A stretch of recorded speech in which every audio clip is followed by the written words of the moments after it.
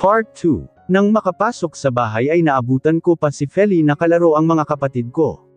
Nang makita ako nito ay agad itong napatayo at lunapit sakin. Nag-aalala ang mukhang niyakap ako. Ayos ka na ba? Ano ba ang nangyari? Hindi na idalya ni Echo ang sabi niya lang may gustong kumuha sa iyo kaya pinapunta niya ako dito para mabantayan ang mga kapatid mo. Nagdahilan pa nga ako kay nanay para lang pumayag na pumunta ako dito kahit gabi na. Sobra akong nag-alala best friend. Salamat Feli. Ayos lang ako, sa ngayon. Anong ibig mong sabihin? Feli, kailangan namin na makalayo. Kailangan ko ng mailayo ang mga kapatid ko dito, sigurado na babalik pa ang mga lalaking yun. Bes, ayos lang ako, kailangan kong magpakatatag para sa mga kapatid ko. Hinagod niya ang likod ko at nag-aalalang nakatingin sakin. Nagpahid ako ng luhang hindi ko napigilan na lumabas. Lumapit ako sa mga kapatid ko na naglalaro, nang makita ako ay masaya silang sumalubong sakin ng yakap. Yamakap din ako sa kanila ng mahigpit, hindi ko hahayaan na may mangyaring hindi maganda sa mga kapatid ko. Nang dumating si Tiyang sa bahay ay nagulat pa ito sa hitsura ko. May kaunti kasi akong pasa sa braso at sakto na nakita niya akong nakasando lang dahil balak ko sanang magbihis. Nasa kwarto ako ngayon at pumasok siya, lumapit ito sakin na may pag-aalala sa mukha. Nerissa, anong nangyayari? Bakit ka may pasa, at ano itong sinasabi sakin ni Feli na kailangan mo daw akong makausap, may problema ba? Tiyang, maupo po muna kayo. Iginiya ko si Tiyang na maupo sa gilid ng higaan ko, huminga muna ako ng malalim bago nagsimulang magkwento sa kanya, kapatid siya ni tatay at may posibilidad na madamay sila. Kailangan niyang malaman, para din sa kapakanan nila, sinabi ko sa kanya lahat at wala akong itinago, ngayon ko kailangan ang tulong ni Tiyang, kahit mahirap gagawin ko. Malayo lang sa kapahamakan ng mga kapatid ko, nang matapos akong magkwento ay hindi pa rin siya makapaniwala, mababakas sa mukha niya ang gulat. Awa at pagkadismaya sa kapatid na nawalan na lang na parang bula. Umiling-iling itong tumayo habang hawak ang ulo. Napapikit si Tiyang at nang damilat ay humarap ito sakin. Kung totoo man ang sinasabi mo, kayo ang pakay ng kung sino man ang mga taong yun. Ano ba kasi ang ginawa ni Kuya para mangyari ito? LD na may ka pa, kayo ng mga kapatid mo. Ano ba ang nasa isip ng mga taong yun at gusto kanilang kunin? Frustrated itong napasabunot ng buhok niya. Lumapit ako dito at hinawakan ang kamay nito. Yamakap ako sa kanya at napahagulhol na siya. Patawarin mo ako Nerissa, hindi ka dapat nadadamay sa kung anong gulong ginawa ni Kuya. Humiwalay na ako sa yakap at hinarap si Tiyang. Tiyang, pamilya po tayo. Ngumiti ako ng malungkot at pinahid ang luha niya. Napailing lang itong umiiyak pa din. Napakabait mo talagang bata. Saad nitong hinaplos ang pisngi ko, na may luha na din. Kailangan natin makausap ang tiyong mo, baka may alam siyang makakatulong sa atin. Tumango na lang ako dahil wala din naman kaming ibang malalapitan ngayon. Dahil wala pa si Tiyong ay hinintay pa namin na dumating ito galing sa trabaho. Para akong lutang na gumagawa ng gawaing bahay, umuwi muna si Tiyang sa kanila at may kailangan daw siyang gawin. Sinama niya din ang mga kapatid ko na gustong manood ng TV sa kanila. Mag-isa lang ako sa bahay at nahihilo na ako sa kakaisip. Siguro naman ay hindi sila basta-basta susugod dito sa bahay. Matapos makapagluto ng hapunan ay tinawag ko na ang dalawa kong kapatid at naabutan ko itong nanunood pa rin ng TV kasama ang anak ni Tiyang. Sakto naman na dumating si Tiyong, bumati ako at nagmano, ganoon rin ang ginawa ng mga kapatid ko. Lumapit din ang anak na agad na nagpakarga sa ama, dumiretso ito sa kwarto kung saan naroon si Tiyang na hanggang ngayon ay hindi pa rin daw lumalabas ayon sa tatlong bata. Nagpaalam na kaming tatlo at dumiretso sa bahay. Kumain at nagkulitan pa. Ang sayang pagmasdan ng mga ngiti nila sa labi, walang problema at walang inaalala. At gusto kong manatili lang silang ganoon, masyado pa silang bata para sa mga bagay na ito. At hindi sila dapat nadadamay sa kung anuman ang mga kasalanan ng nakakatanda. Kaya hanggang maaari, gusto ko silang ilayo, at protektahan ang mga ngiting walang bahid ng takot at pangamba. Matapos magligpit ng pinagkainan namin at maayusan ng pantulog ang mga kapatid ko ay tabi-tabi kaming natulog. Parang ayaw ko nang mawalay pa sa kanila kahit sandali lang. Pakiramdam ko, anumang oras ay maari silang malayo sakin. At hindi ako handa sa kung anuman ang kahihinatnan. We're not related by blood, but in my heart they're part of me. At kung mawawala man ang isa sa kanila ay hindi ko kakayanin. Minsan nang nawala ang isa sa mga taong mahalaga sakin. At hanggang ngayon ay masakit pa rin ang pagkawala niya. Si mama kung nandito siya, sigurado na may solusyon na agad siya sa problema. At sigurado na wala kami sa sitwasyong kasi palaging nakikinig ang tatay noon kapag pinagsasabihan niya ito. Ni minsan ay hindi ito gumawa ng ikakas ama ng loob ng asawa. Pero nang mawala si mama, nagbago na ito. Lahat nagbago, nawala ang ilaw ng tahanan namin, alam kong masakit din yun sa kanya, hindi kami handa, at siguro, wala namang tao ang handa na mawala ng taong minamahal. Nagising ako, hindi dahil kailangan kong magising ng maaga para pumunta sa palengke. Kung hindi dahil, hindi ako makatulog ng maayos, nakakatulog ako, pero nagigising din. Bangungot kung anuman ang nangyari sakin, paulit-ulit na bumabalik ang nangyari. Balewalain ko naman ay kusang bumabalik, hindi ko alam na may luha na palang tumulo sa pisngi ko kung hindi ko pa naramdaman ang kamay na humaplo sa pisngi ko. Napatingin ako sa kapatid kong si Arnold, mukhang nagising ito dahil sakin. Ate, may problema po ba? Nagising po ako dahil narinig po kitang humihikbi. Malungkot na saad nito, hinahaplos pa rin ang pisngi ko. Mabilis akong yamakap sa kanya at hinalikan ang ulo niya.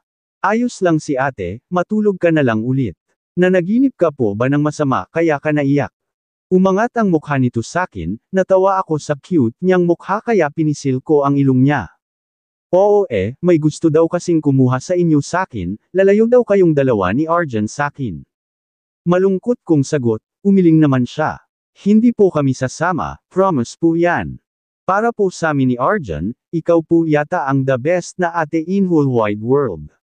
Ang ngiti ko ay tuluyan na naging tawa, yinakap ko siya ng mahigpit at ganoon din ang ginawa nito. Salamat, pangako gagawin ni ate ang lahat para sa inyong dalawa. Hindi ko kayo pababayaan. Napatingala ako nang maramdaman ang nagbabadyang luha, napangiti ako nang may maramdamang yakap mula sa likuran ko.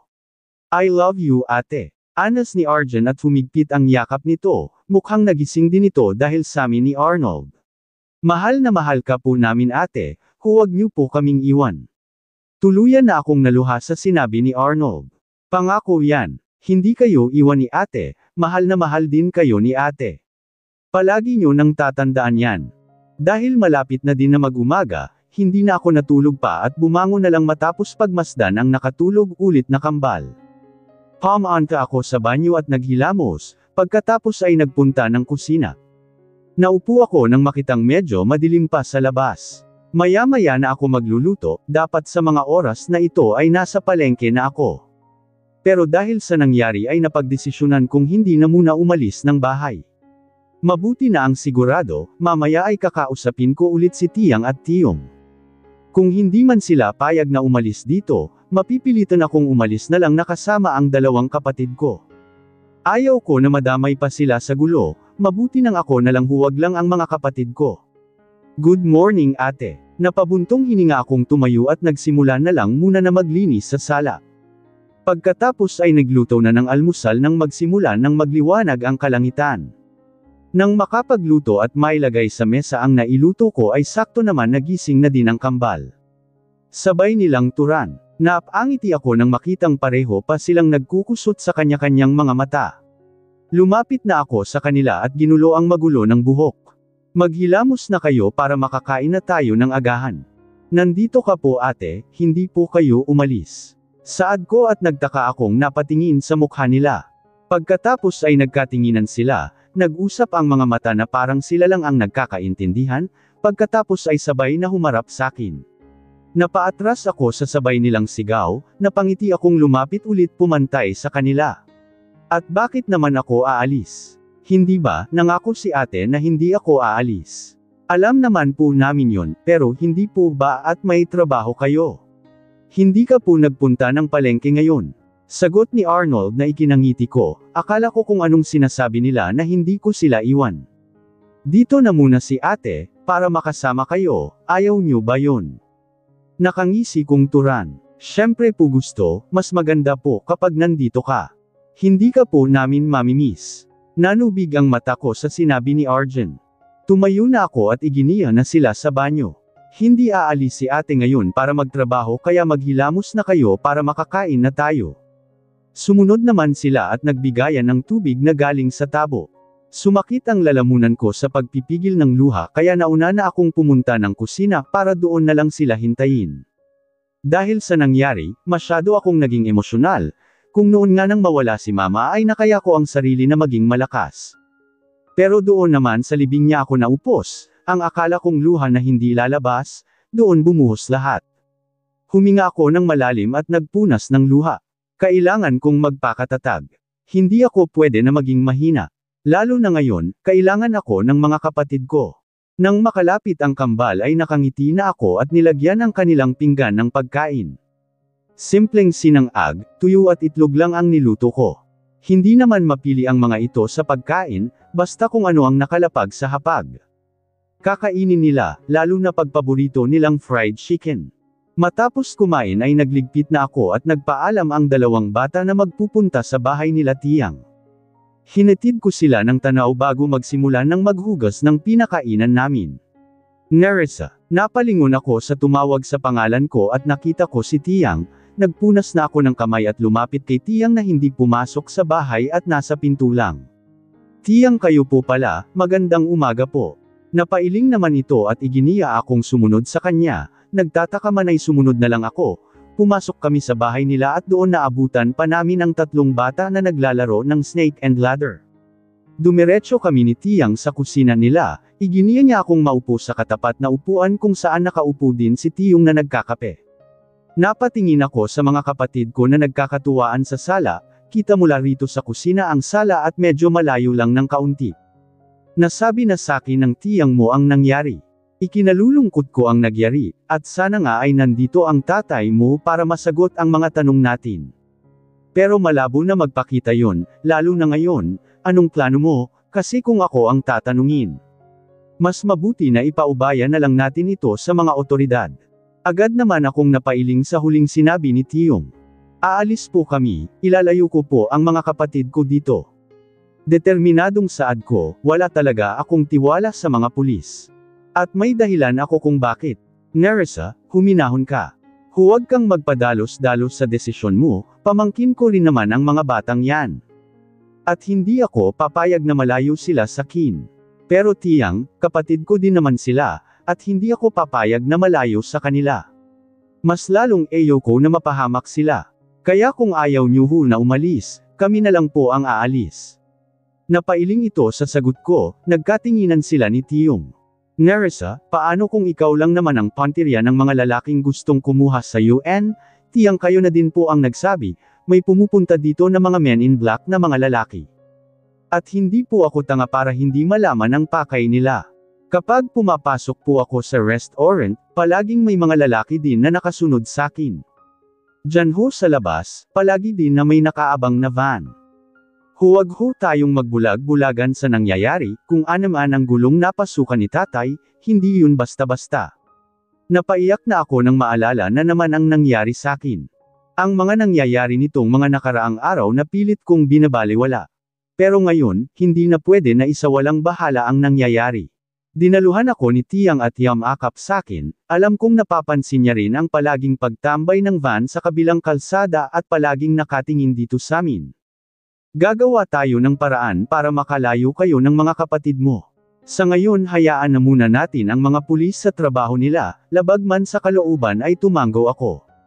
Wala talaga akong tiwala sa mga pulis, pero dahil wala kaming magagawa sa ngayon ay wala akong pagpipilian. Napahiwali kami sa yakap ni Tiyang nang magsalita si Tiyong. Kung gusto mo doon na muna kayo sa probinsya ng kapatid ko. Siguro naman ay hindi na kayo masusundan ng mga lalaking yan. Nagkatinginan kami at bumalik sa kinauupuan niya si Tiyang at masinsinan na kinausap ang asawa. Sigurado ka ba, hindi ba't malayo yun sa kabihasnan?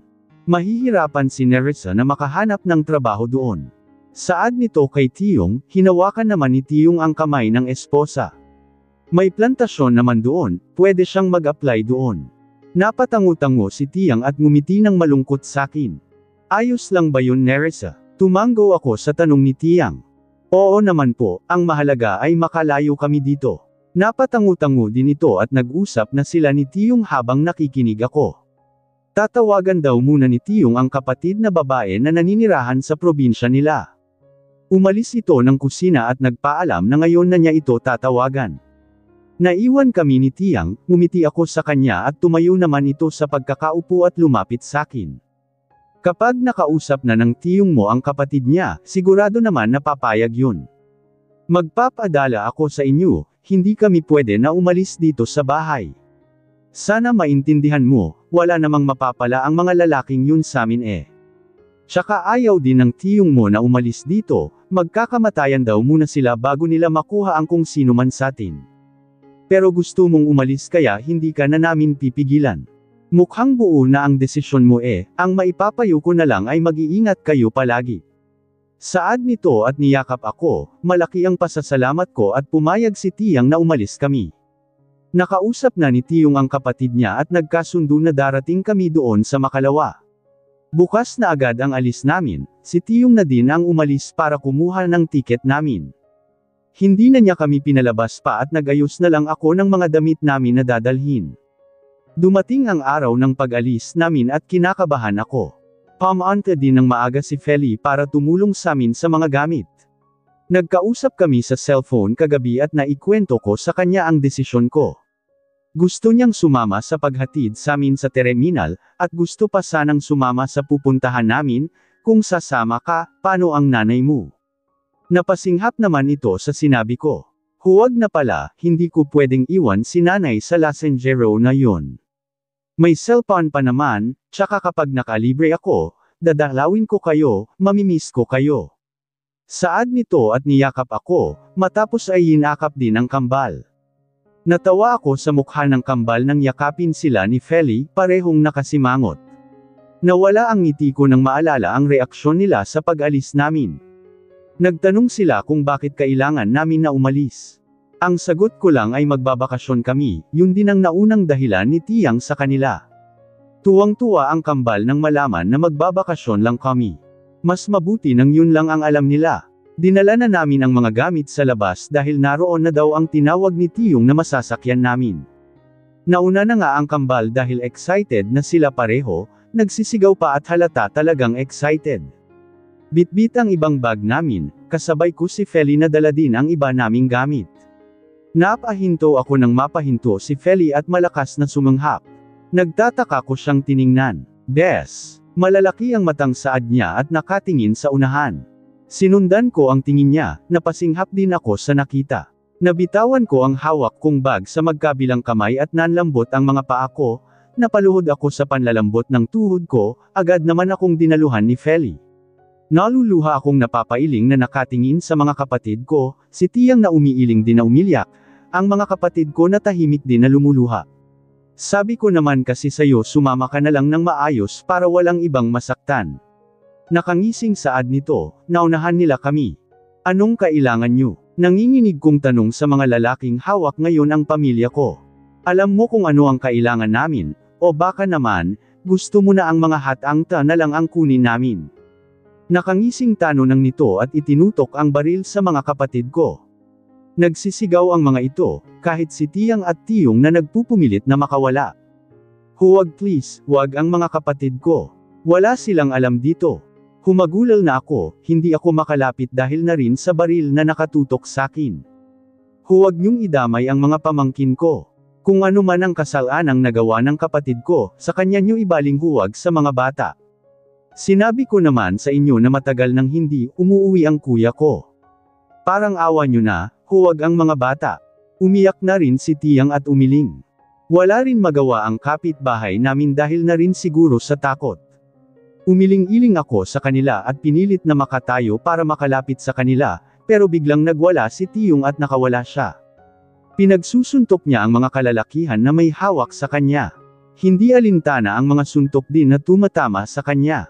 Nanlaban siya at pilit na nilalabanan ang mga lalaking parang eksperto sa pag-ilag sa bawat atake niya.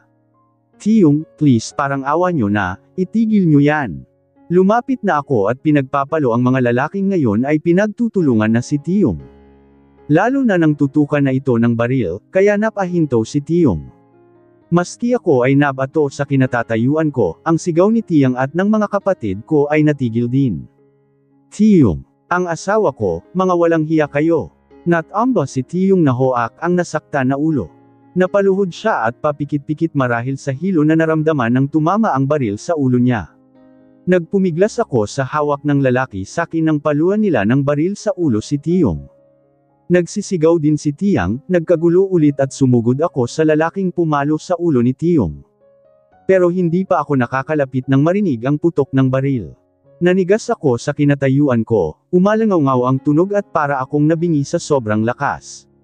Unti-unti akong humarap sa penanggalingan ng putok at nanlaki ang mata ko sa nakita.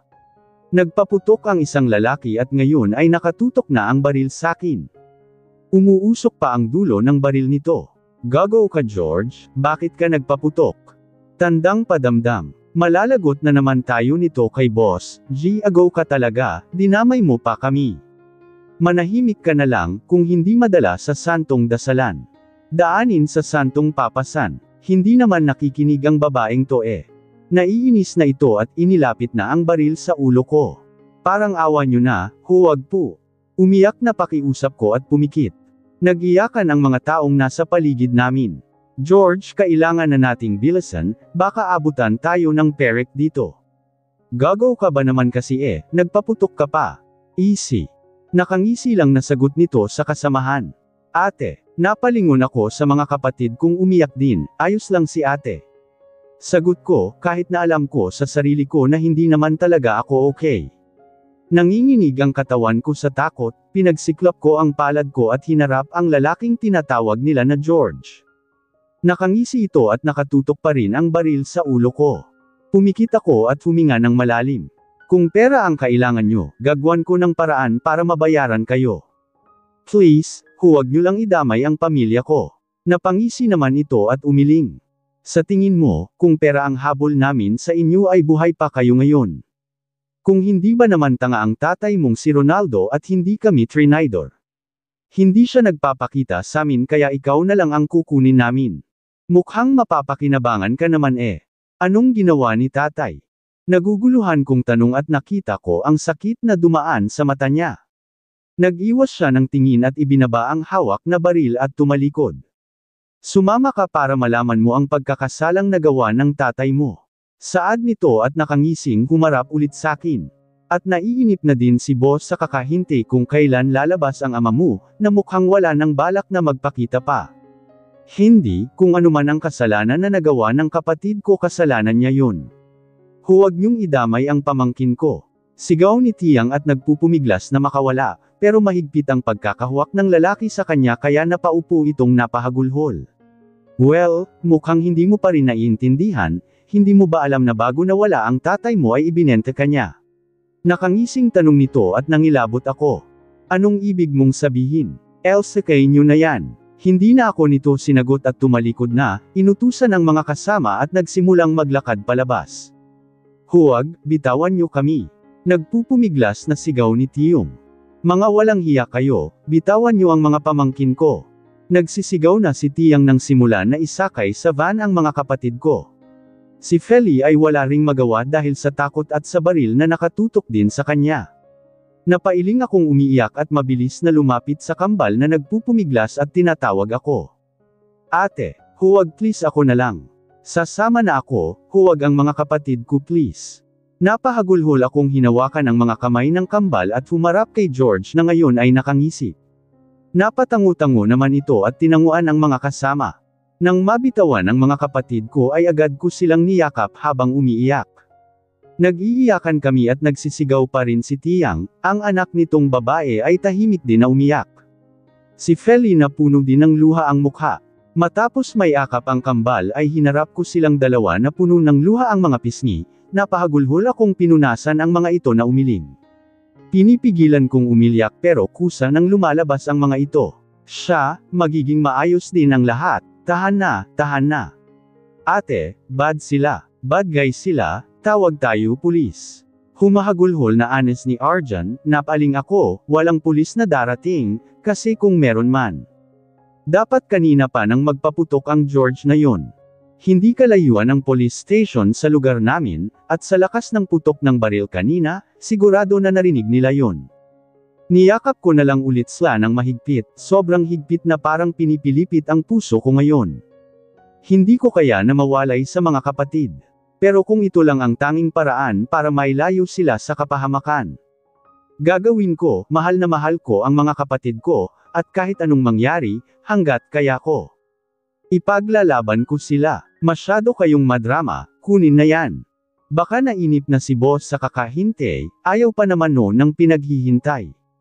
Sigaw ni George sa mga kasamahan, pumalaho ulit sa iyak ang mga kapatid ko nang sapilitan na akong ilayo ng mga lalaki. Sandali lang please, bigyan niyo ako ng kaunting oras para makapagpaalam sa mga kapatid ko. Nagpupumiglas na ako, pero nang tutukan ulit ni George ng baril ang mga kapatid ko ay nanigas ako. Huwag! Nang jijilalas na sigaw ko. Sasama na ako sa inyo. Mabuti, tayo na kung ganun. Nakangisi niyang tugon at nauna nang maglakad papuntang sasakyan. Mga hayop! Sigaw ko nang hawakan na ako ulit ng dalawang lalaki sa magkabilang braso. Napalingon ako sa pamilya kong umiyak pa rin, ang kambal na nagpupmigla sa hawak ni Tiyong at Tiyang, katulong nito sa pagpapahinahon si Feli na impit na yumatiek. Si Tiyang na umiiyak din at umiling na nakatingin sakin. Si Tiyong na puno ng pasa ang mukha at may galos pa sa katawan. Kayo na po ang bahala sa mga kapatid ko, huwag niyo po silang pababayaan Tiyang. Umiiyak na sigaw ko. Tumanggaw-tango naman ito at pinilit na nguniti pero napahagulhol lang at niyakap ang kambal na walang tigil sa pag-iyak. Des! Ngumiti lang ako ng malungkot kay Feli at tumanggaw na nan siya. Pasok. Nang may pasok ako sa sasakyan ay pinaupo nila ako sa likuran ng van. Mabilis akong tumingin sa labas ng makaupo, pero nadurog lang ang puso ko sa nakita ko sa labas. Wala pa ring tigil sa pag-iyak ang kambal at nagwawala pa rin sa hawak nila Tiyang. Mahal na mahal kayo ni ate. Mahinang turan ko at napahawak sa bintana ng sasakyan nang magsimula na itong yumandar. At habang umaandar ang sasakyan ay parang pinupunit din ang dibdib ko sa sakit. Tumulo uli ang luha ko, napahagulhol akong tumalikod na at humarap sa mga lalaking ngayon ay may kanya-kanya ng mundo. Na parang wala lang, walang nangyari sa labas, ang iba nag-cellphone, ang iba ay tahimik. Tahimik na parang wala man lang silang ginawang karumal-dumal sa pamilya ko. Tahimik ang biyahe at hindi ko pa rin maiwasan na paminsan-minsan ay napapahikbi, tumingin na lang ako sa labas, doon ibinaliing atensyon. Malayo na rin kami sa bahay, at kung magtatangka naman akong tumakas, baka mas lalong lumala ang sitwasyon. Sa kakaisip ay hindi ko namalayan na nakatulog na pala ako, at sana sa paggising ka, panaginip lang ang lahat, na sana, magising na ako sa bangungot na to. You're drinking again. I looked back when he heard Draco's voice. My best friend, Elle just shrugged at him and drank the rum on my glass. Naupo ito sa katabi kong stool at nagsalin din ng alak. Uminom ng kaunti at humarap sakin. He just stared at me for a while before talking. Are you still on getting Ronaldo's daughter? He asked as his brows narrowed at me. Elle just shrugged and drank the last drop of my rum. None of your business. Elle answered back, and poured another drink. Inagaw niya ang alak na hawak ko at pinakatitigan ako. Napatingin na din ako sa kanya at nakipagtagisan ng tingin. Tingin na parang ina-erect niya ang sinabi ko, "It's my goddamn business Mr. Mondeniego." Dinadamay mo ang taong walang alam sa ginawa ng ama niya. Aren't you being unfair? Where's your honesty and justice? So what he did to US is fair. Bulyo ko sa kanya, hindi ko na napigilan pa ang emosyong lumukab sa sakin. This topic is sensitive for me. Buhay ang nawala Draco, kaya buhay din ang kapalit. Nakakuyom ang kamaong saad ko sa kanya, napailing lang ito at ininom ang alak niya. Poor lady, but have you seen her picture? That's a hot fine young lady there, kaya pala palaging pinagmamalaki ni Ronaldo ang anak niya. But that's just his stepdaughter right? I don't care, he already bargained even before he gone rouge. This must be better, we will lure him out of his cave. Napailing lang siya sa sinabi ko at tumayo na, I have to go, dumaan lang talaga ako. Hindi ko talaga akalain na seseryusan mo ang sinabi ni Ronaldo. That old man will regret this, I want to see her too. Call me if you got her. Nakangising turan nito at tinapik ang balikat ko bago tumalikod. I will, Andy promised that old man will regret betraying us. I finished the rum on my glass and slammed it on the counter table. I got up and head to my office here on my house. I can't fund Iron well without the help of the liquor. Limits been what? 2 years. 2 years and still counting, until I get to see that old man. I will skin him alive, he will regret betraying a Mondeniego. Not me, not Hayes Alejandro Mondeniego. I groaned as he got up from my bed. Hangover, before he'll sleep last night I drink myself into oblivion. I don't even remember how I get here on my room, napatingin ako sa pinto nang may kumatok. Come in. Pumasok si Manang Lara, ang mayordoma dito sa bahay. Napailing ito sakin, lumapit siya at inilapag ang bitbit na tray sa kama. Kainin mo yan at uminom ka ng gamot, para mawala yung sakit ng ulo mo. Ikaw ba naman kasing bata ka, parang nauubusan ka na ng alak kung makainom, yung mga alak mo sa cellar, halos linggo-linggo kung maglagay ng bago ang mga tauhan mo. Napapailing nitong sermon at nagpaalam ng lumabas. Napailing din ako at pinagmasdan ang dala niya. Hindi ko alam kung kailan ako ulit nakaramdam ng gutom, halos alak na ang naging pagkain ko sa araw-araw, kung hindi pa ako pilitin ni Manang na kumain. Napabuntong hininga akong sinimulang higupin ang sabaw. Matapos ay uminom na ako ng gamot, pagkatapos ay dumiretso sa banyo. I stayed for a while in the shower. Tumangala ako at hinayaan ko ang tubig na pam-atak sa mukha ko. How I wish what happened in the past is just a nightmare that I can shake it off from my head. What happened to your eyes?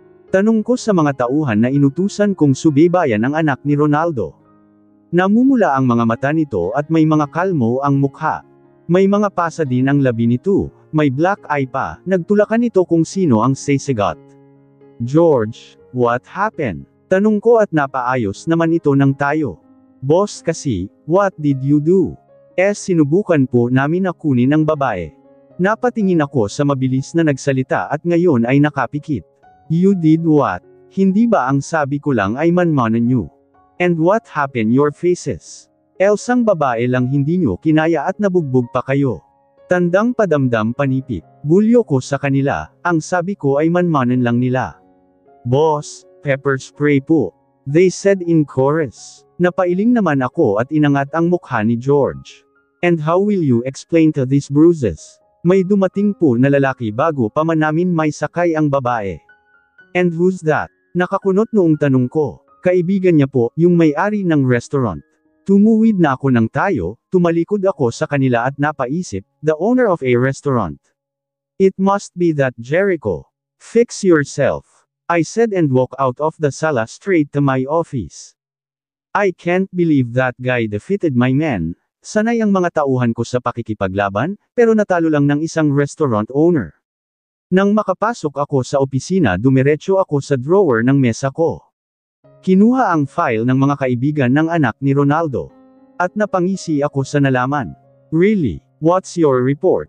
Tanong ko bago pa makapagsalita ang taong nasa likuran ko.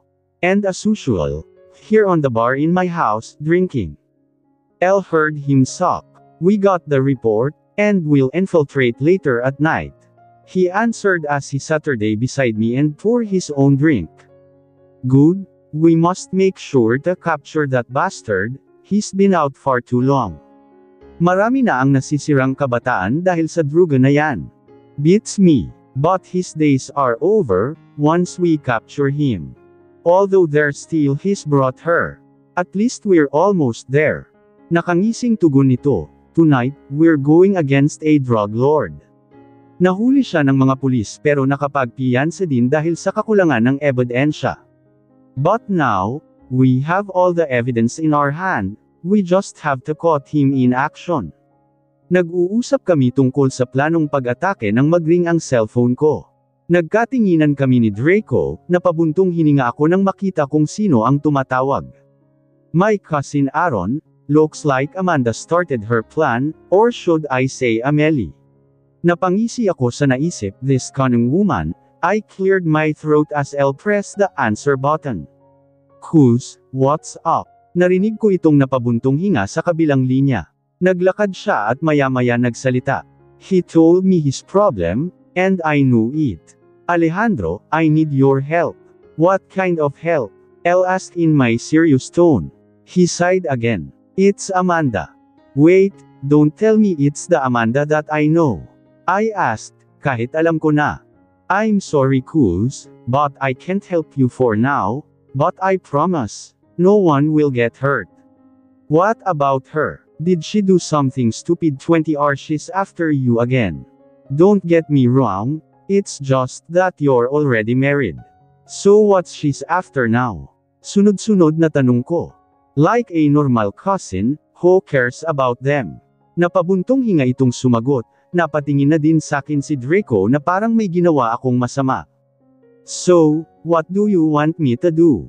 Just asked, at natawa ako sa isip sa sinagot niya. If he knew about Amanda and me, he will freak out. At baka kamuhian niya pa ako. Well, that's life. All Elle can do is to prevent everyone on getting hurt by that crazy wench. Okay, let me gather up my men first. I'll just call you. Thanks man, just send me the account, I'll ask my secretary to send the money. He said, but I don't think he can still say that after this. It's not, naputol ang dapat na sasabihin ko nang biglang may nagsalita sa likuran namin. Sir, nakuha na po namin siya. Nakatulog na po sa sasakyan sa kakaiyak. Napapikit ako at napahawak ng mahigpit sa hawak na cellphone. I'll hang up now, I'll have some work to do. Hindi ko na siya hinintay pa na makapagsalita at pinatay ko na ang tawag, humarap ako sa tauhan ko at tumayo. Don't you know how to say excuse? Can't you see I'm talking on the phone? Bulyo ko dito at napatres naman siya. Pasensya na po sir, hindi na po mauulit. Sagot nito at yumukod pa. Where is she? Tanong ko na lang at agad naman itong umayos ng up-zero.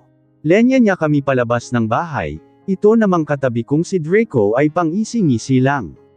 What? Elle asked, and he just shrugged. This is exciting, I'm excited to see her. Napailing na lang ako sa mukhang niyang nakangisi pa rin. We reached to the garage of my house, and there, my men stood outside the van. Nang makita ako ay agad na yumukod bilang paggalang. Itinuro nila kung nasaan ang babae at agad naman na pumunta doon si Draco. Back off, Draco, I said growling, and he just smirked. Wala pa nga, binabakuran mo na. Hindi ko na siya pinansin at dumiretso sa likod ng sasakyan. I don't know how I get her out at the back of the car. I'll just find myself walking towards the stairs, while carrying her on my arms. Bakit ang ganya? She's so thin like a feather, those beautiful lashes, a heart-shaped lips. And her smell, she smells like an apple. I cursed under my breath. May nabubuhay na hindi dapat mabuhay, am I lusting over her? No, she's here to pay for what her father did, nothing more, nothing less. When we reached my room, Elle immediately put her slowly on my bed. She's too small for my big bed. Elle don't know what got into me. But I'll just find myself staring at her. I shouldn't bring her here in my room, but my heart, it's like my heart knows her, what's happening to me. Hindi ko dapat ito nararamdaman, hindi dapat. Tumalikod na ako at lumabas ng kwarto ko bago pa ako may magawa na pagsisihan ko. I'll go straight to the bar and I saw Draco there, drinking. I thought you already leave. Nakakunot noon na tanong ko. I feel like staying more, he said while moving his glass in his hands. Doesn't she feels familiar? I creased my forehead at what he said. Still looking at his glass, and when he looked at me, he smirked. What do you mean? Nakakunot noong tanong ko. Nothing, I have to go. Saad nitong tinungga ang alak sa baso niya at tumayo, kumaway pa ito habang papalabas. What does he mean by familiar? Saib he's just drunk, that's it, and we will see each other later anyway. Mamaya ko na lang siya ulit tatanungin. And I smirked at thought I have Ronaldo's daughter now. It's payback time.